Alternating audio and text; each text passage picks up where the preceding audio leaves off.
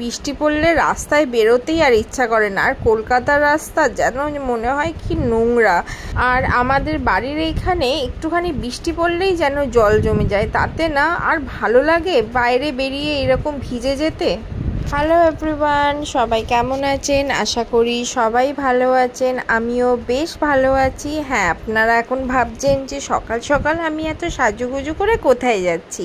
তো আজকে আমি অফিসের কাজে আমার অফিসের কারখানায় যাচ্ছি। তো ওই জন্যে অফিসের গাড়িও চলে এসছে আর আমি রেডি হয়ে গাড়িতে বসে আমরা সবাই মিলে অফিস যাচ্ছি। কিন্তু যেতে যেতে বাইরে দেখছি প্রচণ্ড পরিমাণে বৃষ্টি হচ্ছে। এই দেখো কাঁচের এই দিকটা, তার সাথে পড়ছে প্রচণ্ড বিদ্যুৎ। তো কি করা যাবে, কন্টিনিউয়াস 3 ঘন্টা ধরে বৃষ্টি পড়ছে। তাই বৃষ্টি পড়ছিল বলে তোমাদেরকে আমি কারখানাটা দেখাতে পারলাম না, আর এত বিদ্যুৎ পড়ছে বলে তোমাদেরকে আমি ভালো করে ভিডিওটাও দেখাতে পারলাম না। তো চটপট করে খেয়ে দিয়ে এখন বাড়ি ফিরে যাচ্ছি। তো বুঝতেই পারছো, কারখানা থেকে সবাইকে টাটা করে দিলাম। তো টাটা হয়ে যাওয়ার পরে এখন বাড়ি ফিরে যাচ্ছি। আর ওপরে দেখতেই পাচ্ছ ছাতা নিয়ে দাঁড়িয়ে আছি গাড়ির জন্যে।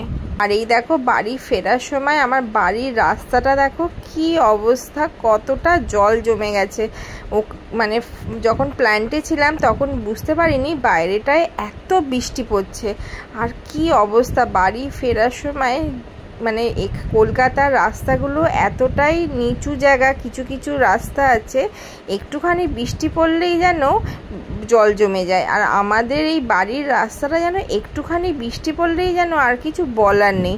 বৃষ্টি পড়েছে, কিছু তো করার নেই, গাড়িতে আছি সেটাই একটা বাঁচোয়া। আর সত্যি বলতে না, বৃষ্টি পড়লে রাস্তায় বেরোতেই আর ইচ্ছা করে না। আর কলকাতার রাস্তা যেন মনে হয় কি নোংরা।